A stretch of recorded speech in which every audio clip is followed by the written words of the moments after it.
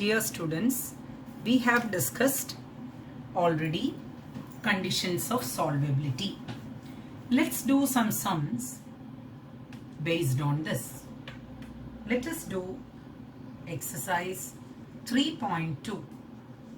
Again I am repeating, just follow me. I am not following the textbook sequence.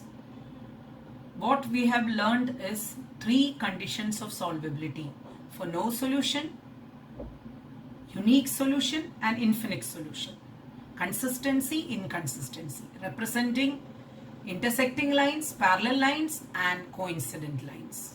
So based on that we are going to do exercise 3.2. First we will be doing question number 3, main question number 3. Then we will go to main question number 2. Read the question number 3. On comparing the ratios A1 by A2, B1 by B2, C1 by C2, find out whether the following pair of linear equations are consistent or inconsistent. Look at the first question. I'll do 1 or 2, remaining you can try. 3x plus 2y equal to 5. 2x minus 3y equal to 7. Let's take A1 by A2. What is A1 upon A2? A1 upon A2 is 3 upon 2. What is B1 upon B2? B1 upon B2 is 2 upon negative 3. They are totally different.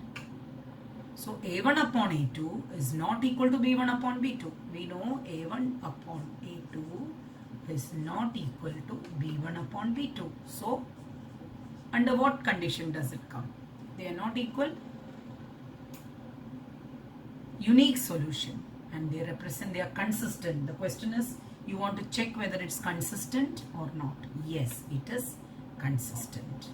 The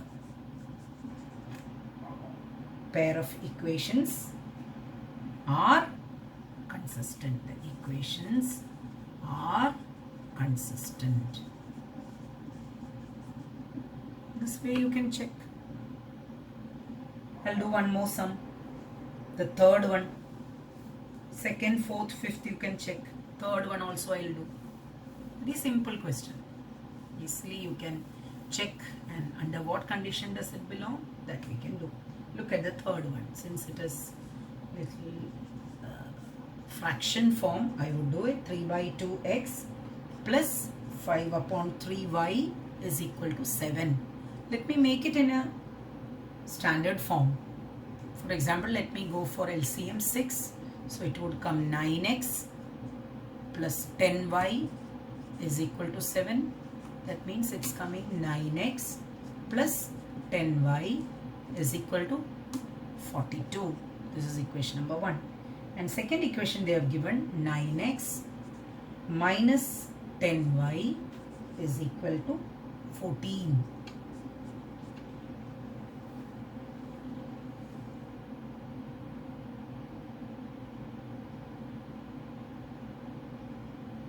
Look at A1 by A2. What is A1 by A2? A1 by A2 is 9 upon 9, which is 1. And what is B1 upon B2? B1 upon B2 is 10 upon negative 10, which is minus 1. They are not equal. So A1 by A2 is not equal to B1 by B2. So what is the conclusion? This is also consistent. This way you can find out whether it is consistent or inconsistent. The remaining 3 questions you can do. Main question number 3, 2, 4 and 5 questions. Please try. If it's in the fraction form, you can go for LCM and make it standard form. Okay. So now exercise 3.2, main question number 2 let's do. Main question number 2. Main question number 2. Please read it so you will get it. It is based on the same thing. Main question number 2. What is main question number 2 says?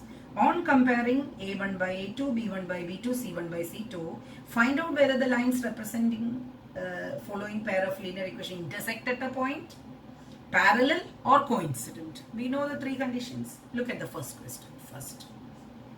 5x minus 4y plus 8 equal to 0, 7x plus 6y minus 9 equal to 0. Let's compare a1 by a2. What is a1 upon a2? 5 upon 7. What about b1 upon b2? Negative 4 upon 6. Very clear they are not equal. So a1 upon a2 not equal to b1 upon b2. So they have unique solution. So how do the lines? They intersect at a point. Since a1 upon a2 is not equal to b1 upon b2, the lines representing the equations intersect at a point.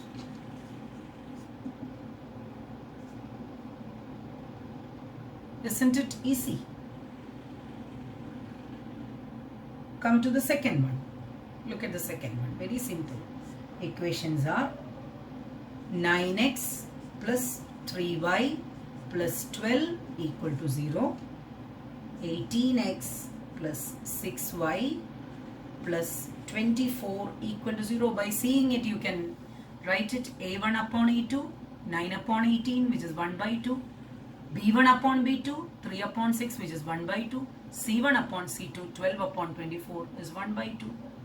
So a1 upon a2 is same as b1 upon b2 is same as c1 upon c2. So how do the lines? All three equal matlab infinite solutions. So they represent coincident lines.